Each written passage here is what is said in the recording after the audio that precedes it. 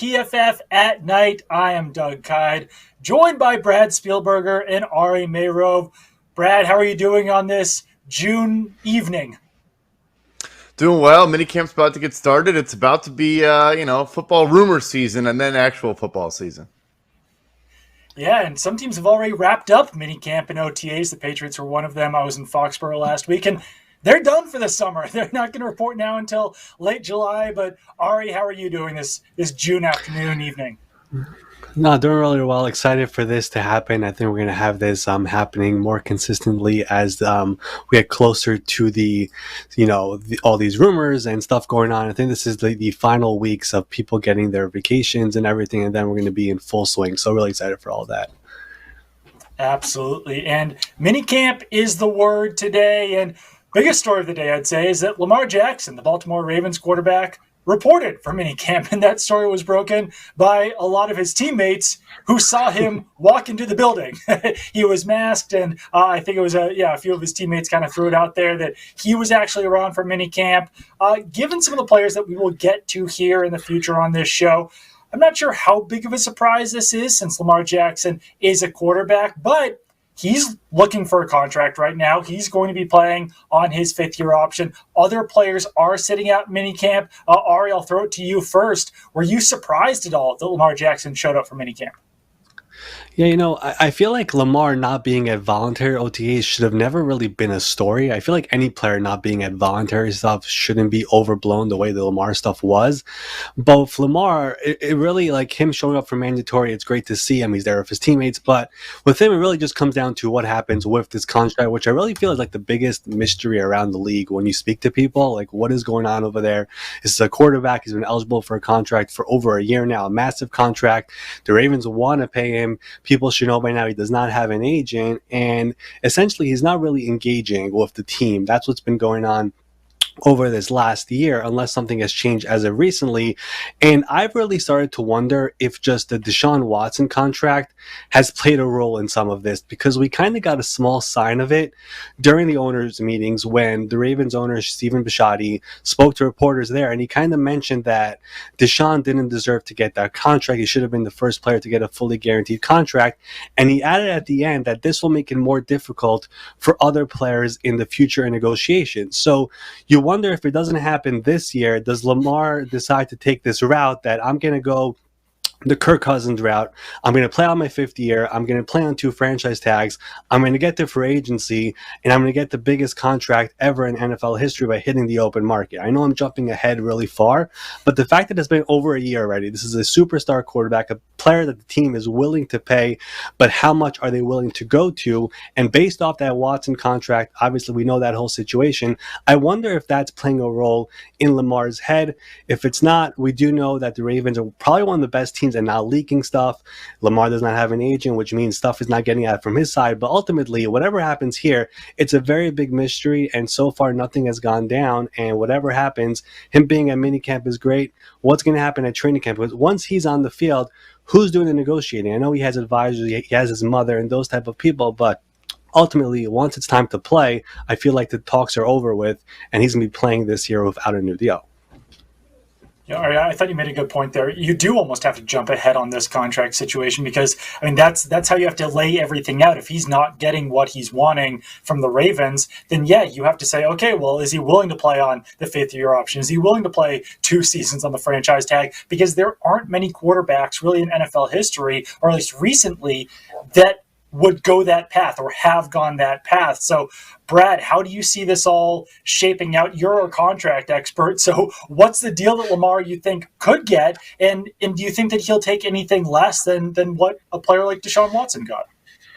Yeah, you don't want to speculate when there's been basically no firm reporting from either side, which, as Ari mentioned, is obviously impossible without an agent, and then with a franchise in Baltimore that keeps things close to the vest. I will say some teams do have a literal hard deadline. The Pittsburgh Steelers in their division, for example, say when week 1 hits, we're not talking to you again after the season. The Ravens have extended some guys during the season the last several years, so maybe they're willing to do that. But again, without Lamar Jackson having an agent, he's going to come off the field and you're going to be talking about his contract, the week before a big game. So it's so hard to understand what's going on here. I do think maybe a couple franchise tags come into play. Not trying to say he doesn't like Baltimore, but I'm now in love with this idea of he's from the Miami area. We have the fastest NFL team of all time with Tyreek Hill, Tua. I mean, not Tua, without Tua, Jalen Waddle and Lamar Jackson and Raheem Mostert and all these guys. So kind of just throwing out a crazy conspiracy. But yeah, I have no idea. It's hard to gauge. And I do think, like I already said, I'll probably look for over $46 million per year, with a lot of that guaranteed, like the Sean Watson guy. Everyone's kicking Tua out of Miami. Lamar Jackson, Tom Brady. Who's the next rumored quarterback who's going to be going down there, Miami? But I mean, Lamar Jackson, he's going to be making $23 million in 2022. That's 14th in cash among NFL quarterbacks. 86.5 PFF grade since 2019. That's 14th among quarterbacks. So he certainly deserves that deal that a lot of other quarterbacks have got this offseason. But as you both noted, very, very complicated process with, fifth-year options, franchise tags, no agent, his mother being involved in all of this. But like we said, he is at minicamp. A player who's not at minicamp is Seattle, or who wasn't at minicamp, is Seattle Seahawks wide receiver DK Metcalf. And talk about players who deserve contract extensions. DK Metcalf certainly right up there with all of them. Still only 24 years old, which is pretty amazing. 86.7 PFF grade since 2010. That's 11th among wide receivers. And some of the deals that you've seen wide receivers get this offseason, with Tyreek Hill at $30 million, Devontae Adams at $28 million, a litany of guys with $20 million or above, even Christian Kirk getting $18 million. You can't blame DK Metcalf for sitting there on the fourth year of his rookie contract saying, well, when is this coming for me? And the Seahawks are certainly in a rebuild, but you would think that 24-year-old wide receiver like DK Metcalf, that's a player that you want to build around. So, Brad, do you think that things get figured out here before the 2022 season between the Seahawks and Metcalf? Yeah, I mean, it's tough. You have Tyler Lockett at wide receiver already making a good amount of money, around $17 million per year. So are you going to have $40 million per year allocated to two wide receivers with question mark throwing them the football? And I think that is the big component here. But DK Metcalf, like you said, he's young. He's obviously a freak athlete. I want to say he's 13th all time in receiving yards through his first 3 seasons in the NFL. I mean, he's had an incredible start to his career. You'd think he's a guy you'd want to lock down, but maybe he is available. Obviously, he's not happy with his situation, and he shares an agent with A.J. Brown, who just got traded to the Philadelphia Eagles, so you never know. Yeah, and with the Seahawks in general, you just kind of never really know, because if they're willing to trade Russell Wilson to the Denver Broncos, then anything could potentially be on the table. And just on DK Metcalf's side, you couldn't blame him for wanting to get the contract now. With Russell Wilson out the door, he's going to be playing with Geno Smith or Drew Lock this season. The stats are probably going to go down a little bit here in his fourth year. So you certainly can't blame him for wanting to get paid now. But Ari, how do you see things shaking out here? I think Brad made a very important point, and the simple reality is that getting a contract should not be difficult because DK does have the same agent as AJ Brown, so that's what you're working off of. You're working based off that contract. You're either willing to go there or you're not willing to go there. It's not like you're starting from scratch with this contract, and I think ultimately DK just wants to get paid, and if it's in Seattle, that would be the ideal situation, but if it means getting traded, I don't think he'll mind that. He's just the only one so far that hasn't made it really public, the way AJ Brown sort of did, the way Deebo Samuel has done it. He's the only one who hasn't gotten to that point. I think he would love to stay in Seattle, but if they're not willing to go to $26 million a year based off that AJ Brown contract, I think that's where things get iffy. I think he's making a statement by not showing up to minicamp. Training camp, it's much harder not to show up based off the new CBA, but I think this was his statement right now that, hey, if it's not getting done, things are going to get ugly here. So I think that's where we are right now with DK in Seattle. Yeah, and before we get to training camp, obviously, which is about a month and a half away, it's worth noting that some of these players, if they don't get deals before training camp, could always do the sit-in. You show up for training camp, but you don't actually practice. You've got some lingering injury from off-season training, or we saw it with a number of players last year where they were present, so they couldn't get fined, but they weren't actually going to practice until they got that deal.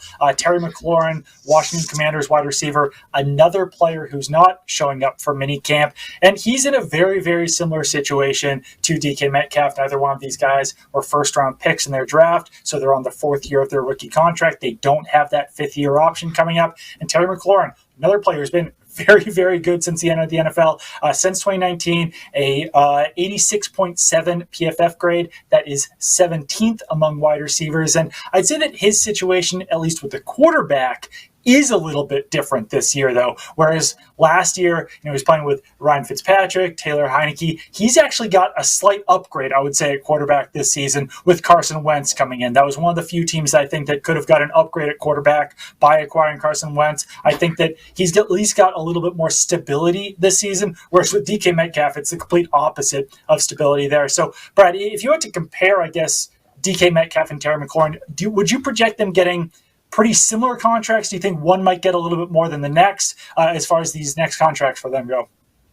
Yeah, sometimes draft status comes into play, and I actually like that you mentioned with respect to DK wanting to get out ahead of a new quarterback. McLaurin, like you said, has been dealing with the Geno Smith and Drew Locks of the world. He has the second most inaccurate targets over the last 3 seasons among all weapons in the NFL, and has still managed to produce at a very high level. So I would say they'll probably fall into a similar range, but draft status comes back into it. So DK Metcalf was a second-round pick. McLaurin, obviously, a couple picks later in the third. And then I think just Washington is probably not willing to go to that $25-26 million per year range. I think the drafting of Jahan Dotson in the first round was not by accident. It was a leverage play and was a contingency plan in case they do lose Terry McLaurin.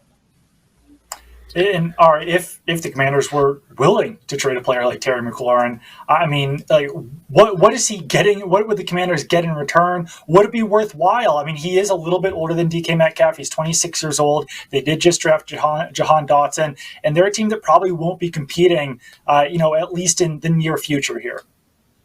I would just be surprised if this got into trade territory because Washington wants to win now. I mean, you saw how aggressive they were to try to trade for Carson Wentz. Like, they didn't wait. They wanted to find that veteran quarterback, and they made the deal for Wentz. They took on the entire salary. They gave up a couple of third-round picks. It feels like Ron Rivera wants to win right now. And really, just coming into this offseason, I felt like from all the wide receiver guys, from McLaurin and Debo and DK and AJ, I felt like McLaurin would be the easy no-brainer one to get an extension because he's been a class player there. He's a contested catch machine. 3,000 yards in 3 years. He's had, I believe, 8 different starting quarterbacks during his time there. He's everything you want as a person and a player, and it just hasn't happened yet. I know talks are ongoing. It sounds like they're far apart, but it just makes you wonder because based off Washington's history, if you look back at it, how they handled Kirk Cousins, it was 4 years plus 2 franchise tags. Brandon Scherf, it was 5 years plus 2 franchise tags. Are they going to stretch this out? Because the reality is, once training camp rolls around, it's virtually impossible for him to hold out. I mean, again, he could hold in like you mentioned, Doug, and be there, do nothing. But do you feel like Washington will go north of 25, go to 26, like Brad mentioned? I don't know if that's a franchise that has done that historically based off these recent contracts. And you've mentioned Dotson. They have Curtis Samuel coming back. They drafted De'Ami Brown last year in the 3rd round. It just feels like that group needs a McLaurin in there. It would be odd to go into the year without him. So I would be surprised if it got to trade territory. They want to win now. I just wonder if this gets into an impasse. Will this get to a point where, all right, you have to play for us. We'll see what happens next year. Then they go into a whole tax situation like they've done in the past. Yeah, that does create an awkward situation. But at this point, without holding out, there's not a whole lot that a player like Terry McLaurin could potentially do about that. Those are not the only players, though, that we're kind of monitoring for extensions. There's also the franchise tag extension deadline coming up as well. So, Brad, I'll start off with you. First of all, why does this franchise tag extension deadline even exist? Why do we even need this in place? It's actually a great question, frankly. Something I should dig into a bit more from a philosophical standpoint. I mean, they want to have a deadline to get a multi-year done before the season. Maybe when it was created, it was to get rid of distractions heading into a season, because I think folks don't realize the franchise tag was created for quarterbacks. This was a quarterback-specific rule, maybe never an actual language, but that's why it was created. That's how it came about, and now it has trickled out to pretty much every position. Honestly, a good question why they can't keep negotiating. I don't see why you'd want to cut it off. I'm sure there's some good reason, and I got to dig into the CBA, I suppose. You gave me some homework. Well, so there are players that got franchised that have got contract extensions. Chris Godwin, Devontae Adams, David Njoku, Cam Robinson, but there are also some that are still hanging out there, like Dalton Schultz, Mike Gesicki, Orlando Brown, and Jesse Bates. I think that the tight ends, to me personally, are probably the most interesting. The four players left that have not got the contract extensions. That's Dalton Schultz and Mike Gesicki. Just based on, David Njoku got a pretty sizable contract, I'd say, from the Cleveland Browns. And I also think that tight end contracts as a whole have fallen so far behind some of these other positions where the top tight ends are making $15 million a year. The top wide receivers are making $30 million a year. Some of these tight ends, you could argue, are significantly more valuable than a lot of these wide receivers, given the fact that they're catching, 100 passes for 1,000 yards with 10 touchdowns. And then they're also contributing so much in the run game. So I can't blame some of these tight ends that are out there still playing hardball and saying, I don't know how we've fallen so far behind these other positions, but we need to catch up, and we're not going to catch up by signing the same contract extension that someone else got out there. But Ari, as far as guys who are set to play on franchise tags or still out there, playing on the fourth year of their rookie contract, who are some of the more interesting players that need new contracts right now? I mean, I guess let's start with those franchise tag guys. I mean, Dalton Schultz in Dallas is interesting. I mean, he's been away from the team because contract talks have kind of stalled. Just historically with Dallas, when it comes to franchise tag players, they've always been a team that takes it down to the final minute. They did it with Des Bryant. They did it with DeMarcus Lawrence. It just feels like they always do that with their franchise tag players. So I'll just watch him until July 15. Jesse Bates in Cincinnati has been one that his team has been saying, we're not playing on this tag. We'll see if that actually happens. It could just be a leverage play, but they drafted Daxton Hill in the first round, and throughout these voluntary OTAs, he's been literally playing in Jesse Bates' spot. And there's been pictures going around. He's right next to Von Bell. I feel like that's a statement back to the other side. But as for some other players, I think the extension players to keep an eye on, there are some big ones that we kind of feel like those talks will eventually heat up. There's Nick Bosa in San Francisco, Kyler Murray in Arizona, Minka Fitzpatrick and Deontay Johnson in Pittsburgh, Quentin Nelson in Indianapolis, and then Darren Waller. You mentioned the tight ends, easily and by far one of the most underpaid players in the NFL right now. He's, I believe, at $6 or $7 million per year. The Raiders have been giving out a lot of money this offseason. I would believe that Darren Waller is probably the final one on their list. He did make an agent switch last year, so that is something that he wants to get done and be up there in the upper echelon with a George Kittle, with a Travis Kelce, and possibly maybe even surpass them to get this tight end market moving. Brett, is there a domino you think that needs to fall before some of these extensions get done? Or is there a deadline that you think that teams are looking at that, okay, if we don't get this extension done by this point, then it's probably not going to happen this year? I definitely think there are catalysts out there. And you mentioned Minka Fitzpatrick in Pittsburgh, also Derwin James with the Chargers. I think it could be in conversations. And those two, in my opinion, could then affect Jesse Bates in Cincinnati and make it even more unlikely that he's back with the Bengals this season. He didn't have the best regular season per hour grading, but had one of the greatest postseasons we've ever graded at safety, had the highest coverage grade over the last 5 years as a safety in the NFL playoffs. So, yeah, they all kind of coexist together. They're all very interesting how they work in tandem. I don't think there's a hard deadline before July 15th, and I think, as Ari said, some teams do like to drag it right down to the finish, kind of battle and stand firm on some things, and then acquiesce right at the tail end of it. But those tight ends, it's hard to see them getting deals that, if I'm them, I'd like to go over George Kittle at $15 million per year, frankly. We've seen so many guys now hit this second tier. It started with Austin Hooper at $10.5 million, but now Hunter Henry and Jonnu Smith at $12.5 and Njoku and all these players. The ceiling needs to be burst as well, even though I'm not arguing those guys are better than George Kittle. But, yeah, that market is in need of an actual reset, and maybe that doesn't happen.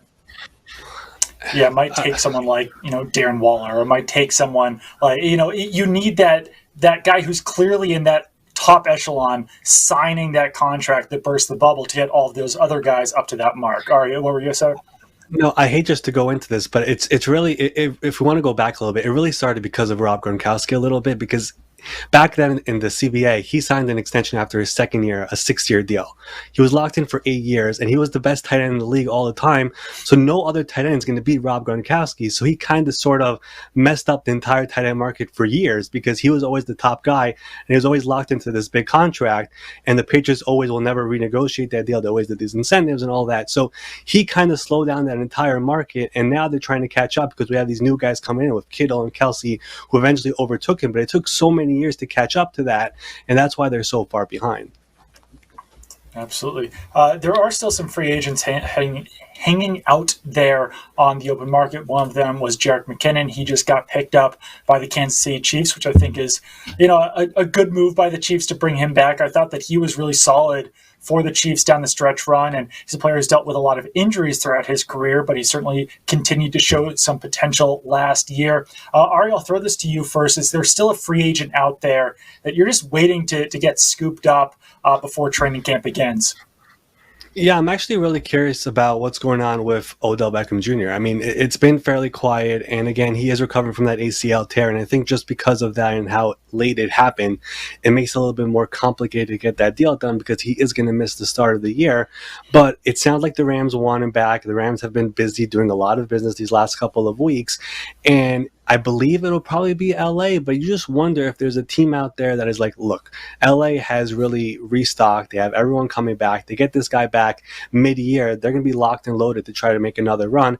Will another team try to scoop in and say, you know what, we're going to go and get this guy. We're going to have him come back mid-year, and we're going to have that boost of energy that LA got last year when they added Von Miller and Odell. We're going to have that this year with us, with Odell. So I don't think it's going to happen anytime soon, but I do wonder if a team is looking around and is like, you know what, there's this wide receiver who at the time last year when he joined LA, he was just amazing. I think he was on his way to be the Super Bowl MVP last year, the way he was playing in that game.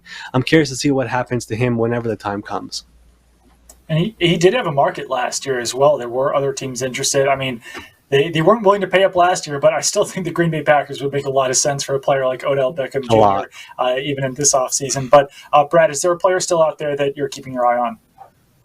Yeah, I'll stick with wide receiver. I'm kind of fascinated by the Julio Jones situation at this point. Obviously struggled with hamstring injuries for a while now, was not super productive with the Tennessee Titans, but when he's healthy and when he's Julio Jones, he's still Julio Jones to a degree. So I think it'd be interesting if the Indianapolis Colts go get him for Matt Ryan. I think they need another receiving option opposite Michael Pittman. They've had a couple small moves recently. They added Fedi Adenabo to be their rotational pass rusher. That was a solid move. So they're still active.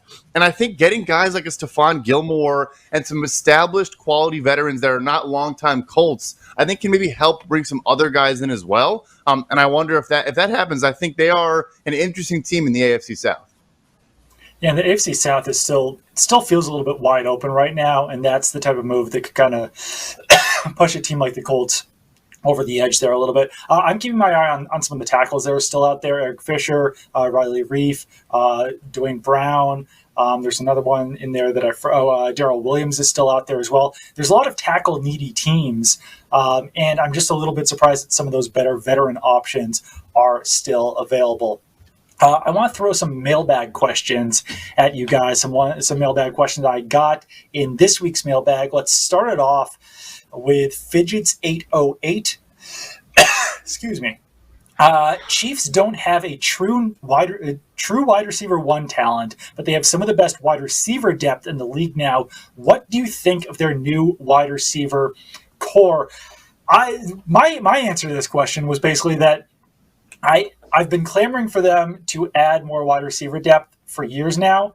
They did it, but they lost Tyreek Hill. So I'm still not sure if they're actually in a better place than they were before by bringing in, Juju Smith-Schuster and Marquez Valdes-Scantling. But Ari, what are your thoughts on the Chiefs wide receiver situation right now? It's probably one of the most interesting topics that I'm going to be following at the start of the year. I'm just really curious to see how the Chiefs do where it's Travis Kelce and there's no more of that Tyreek Hill element. I do love the additions they made, though. Like, I feel like Juju being in that offense, he's not the number one guy. We saw what he could do when he had Antonio Brown with him. He's on this 1-year deal that is heavily incentive-based. I feel like he's someone who is due for a big year there. Andy Reid has been trying to get him for 2 off seasons now. He tried last year. Juju wanted to go back to Pittsburgh. He was sending him Lombardi pictures. He's like, come here, you'll win one. And he decided decided to still go back to Pittsburgh. Finally, he gets him this offseason. I feel like he has a plan for him. MVS, I mean, he's a deep threat. I mean, his size and his speed is something that I feel like Andy Reid will take advantage of. And just here at PFF, we all loved Sky Moore, and they got him in the second round. And he's a player, again, he's a player that they targeted, they got. Just having all three of them along with Travis Kelce, and when you have a guy like Patrick Mahomes, it feels like eventually it's all going to come together. Obviously, not having Tyreek Hill hurts, but they finally have more options there. And like Josh Gordon is still there. Who knows what he still has left. And there's some other young guys. Pringle is still there, or not Pringle. Is Pringle the one who's there? Pringle's still. Nicole Hardman's still in the building. Nicole Hardman, right. Nicole Hardman is the one who's there. Yeah, Pringle's in Chicago. But point is that they have a bunch of pieces there for that offense, and it's up to Andy Reid and Patrick Mahomes who are getting the big bucks to try to make it work. And I feel like that's what Brett Veach believes is going to happen with this team. Justin Ross also there in KC. And yeah, they finally got rid of Byron Pringle and DeMarcus Robinson. Seemed like they had been with the Chiefs for about 10 years. But Brad, what are your thoughts on this wide receiver core in KC? Yeah, so you just mentioned I was going to throw that in the tail end. Justin Ross, this is a bit of a tangent, but Justin Ross, in my opinion, is why NIL is a beautiful thing in college football, because this guy would have been making a solid amount of money. He was a potential first-round pick and went undrafted after some rough injuries, neck injuries, all sorts of injuries. So glad to see all these great reports coming out of camp that he's been killing it. There's one video of him making a crazy one-handed catch that I watched a few times. It's the thing, though. It's tough. Can they rely on those guys down through the entire season in critical moments? Guys like him and Josh Gordon, some of those depth pieces. But yeah, the talent is absolutely there. And, I think end of the day, my belief with a quarterback like Patrick Mahomes is the entire point of that guy being special is that you do not have to pay everyone around him, and you can save some money there to spend elsewhere. So it's obviously a bit of a not rebuild, but a bit of a replenishment year for them, and I think it will be fascinating to see how that goes. Second question here, our last question is from Kyed H10. Do you see Davis Mills as the starting quarterback for the Texans in 5 years? And my answer to this was that it's kind of unlikely based on the draft position of Davis Mills, plus his PFF grade, I'd say, in year one as a rookie. It was sub 60. Really, he would have to become Derek Carr to stick around with the Houston Texans long-term at this point. And you're also even talking about short-term, because if you're looking at betting odds for the next landing spots for Baker Mayfield and for Jimmy Garoppolo, the Houston Texans are right near the top on both of those guys. I know that Texans fans, most of them at least, don't want to hear this. They've fallen in love with Davis Mills. They're all aboard the Davis Mills hype train. But Ari, do you see Davis Mills still being the Houston Texans quarterback 5 years down the road? All right, 5 years is a bit of a stretch simply because they have these next 2 years. Next 2 years with 2 first-round picks. This next year's draft is a heavy quarterback draft, most people believe. But I do believe that Davis Mills is someone who has the potential to be a decent bridge quarterback with potential to be the starting quarterback. This is a guy who in high school was the number 1 high school recruit. This was Nick Caserra's first pick. He had knee injuries throughout his college career, which is a reason why he wasn't a higher pick. But Nick Caserra clearly saw something in a year where they didn't have a first-round pick or a second-round pick and had so many holes on the roster to make this guy his first pick as Texans GM. So clearly he sees something.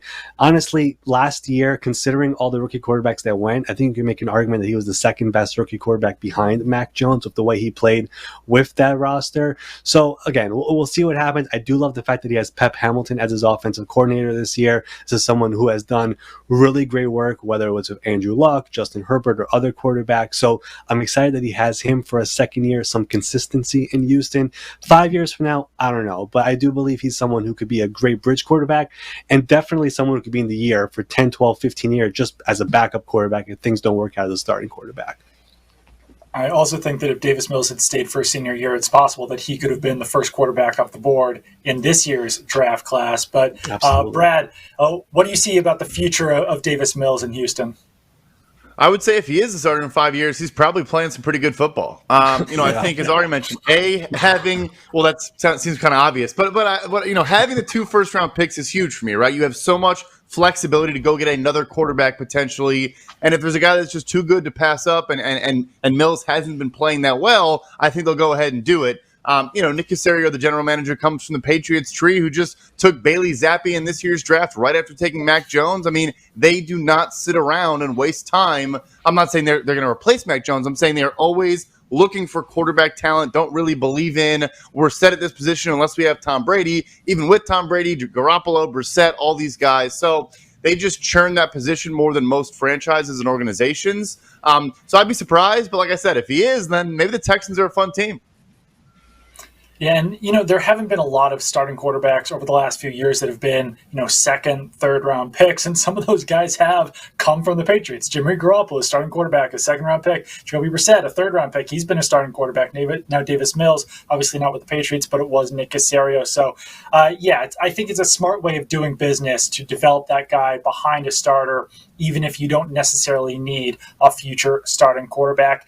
That will do it for today's edition of PFF at Night. Give us all a follow. Brad at PFF_Brad, Ari at MySportsUpdate, me at Doug Kyed, and keep it on PFF.com for all of your news and analysis. We'll see you again on Wednesday.